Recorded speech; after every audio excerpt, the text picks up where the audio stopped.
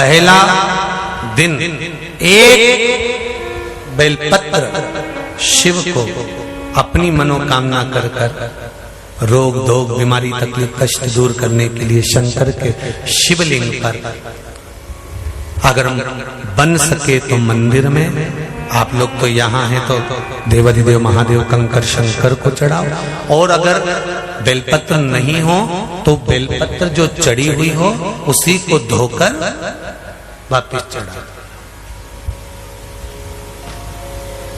वापिस और सावन का महीना है, दिल से बाबा को रिझाओ। तो भगवान शंकर को श्रावण प्रिय है, एक कारण कहा कि मंथन में जो विष निकला उस विष का पान किया और भगवान देवताओं ने मिलकर भगवान शंकर का जलाभिषेक किया। दूसरा कारण कहा, माता सती ने शंकर को पाने के लिए श्रावण के महीने में ही सबसे ज्यादा साधना करी है। और क्या करा था माता सती ने? एक बालू का मिट्टी का शिवलिंग बनाती थी, प्रतिदिन शिवलिंग का निर्माण करती थी और शिवलिंग का निर्माण कर कर उसकी पूजन कर कर अर्चना कर कर उसका विसर्जन करती थी सती माता। और माता सती का नियम था भगवान शंकर को पाने के लिए शिवलिंग का तो हमारे यहाँ शिव महापुराण में लिखा है कि पार्थिव शिवलिंग का निर्माण होना चाहिए, और पार्थिव शिवलिंग का निर्माण करना है तो उसके लिए भी वर्णन करा गया। ब्राह्मण श्वेत मट्टी के शिवलिंग का निर्माण करे, वैश्य पीली मट्टी के शिवलिंग का निर्माण करे, क्षत्रिय लाल मट्टी के शिवलिंग का निर्माण करे और शूद्र काली मट्टी के शिवलिंग का निर्माण करे। कितना बड़ा शिवलिंग बनाना चाहिए? अगर हम पार्थिव शिवलिंग का निर्माण कर रहे हैं या हमारे घर में हम कोई मूर्ति रख रहे हैं या हमारे घर में हम कोई मूर्ति को विराजमान कर रहे हैं तो उस मूर्ति का भाव कितना बड़ा होना चाहिए? तो कहा, जमीन पर अपने हस्त कमल को रखकर अंगूठे को ऊंचा कर कर देख लो, बस इतनी बड़ी मूर्ति घर के अंदर होना चाहिए। चाहे वो लड्डू गोपाल की हो, चाहे वो दुर्गा भवानी की हो, चाहे वो राम जी की हो, शंकर जी की हो, कृष्ण की हो, जिसकी रखना हो, बस इतनी बड़ी मूर्ति घर के अंदर होना चाहिए। क्यों? इससे बड़ी अगर मूर्ति होती है तो जैसे मंदिर में सेवा होती है उतनी सेवा की उसको जरूरत पड़ती है, और अगर इससे छोटी मूर्ति होती है, जितनी छोटी होगी उतनी सेवा कम करना पड़ती है। तो मूर्ति जितनी छोटी होगी उतना सुख प्रदान करेगी, उतना सुख, उतना आनंद देगी।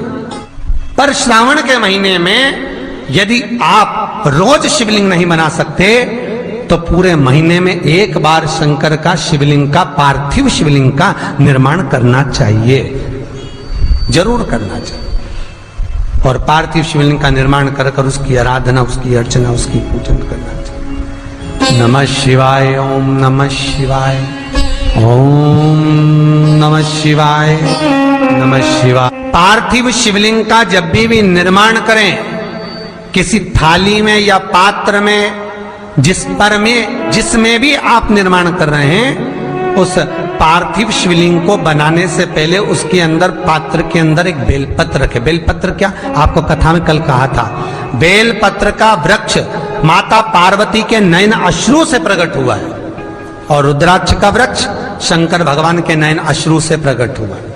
तो बेलपत्र रखकर फिर उसके ऊपर शिवलिंग का निर्माण करें, फिर उसके ऊपर शिवलिंग, उसका लाभ आनंदित होगा, उसका सुख आनंदित, वो आनंद फल देने वाला होगा। कई लोग सीधे थाली में शिवलिंग बना देते हैं।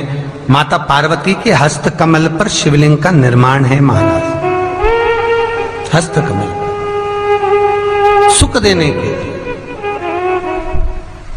तो भगवान शंकर के शिवलिंग का निर्माण करें। माता सती ने भी किया, यही श्रावण के महीने में माता सती शंकर भगवान के शिवलिंग का निर्माण करती है, पूजन करती है, अर्चना करती है। फिर शाम के समय उस शिवलिंग को मस्तक पर स्पर्श कर कर जलाशय में, कुंड में, जल में, बावड़ी में, कुएं में, तालाब में उसका विसर्जन करती है मां। दूसरा कारण कहा, सती शंकर को इसी श्रावण में रिझाई थी, इसलिए शंकर को श्रावण अति प्रिय है।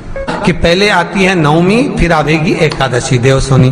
तो भंडारिया नवमी का मतलब क्या होता है?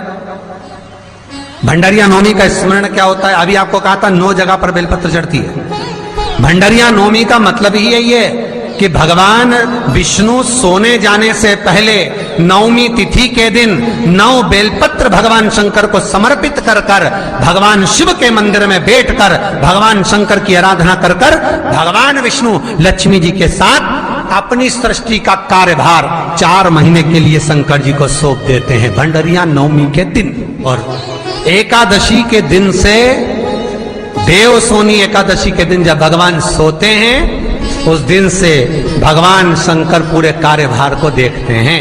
पूरे कार्यभार, जब कार्यभार सौंपा गया, भगवान शंकर सृष्टि का संचालन करने लगे, तब ब्रह्मा और विष्णु ने आकर शंकर जी की आराधना यही श्रावण के महीने में करी थी कि आपने पूरा कार्य अच्छे से संभाला, इसलिए शंकर को श्रावण अति प्रिय है।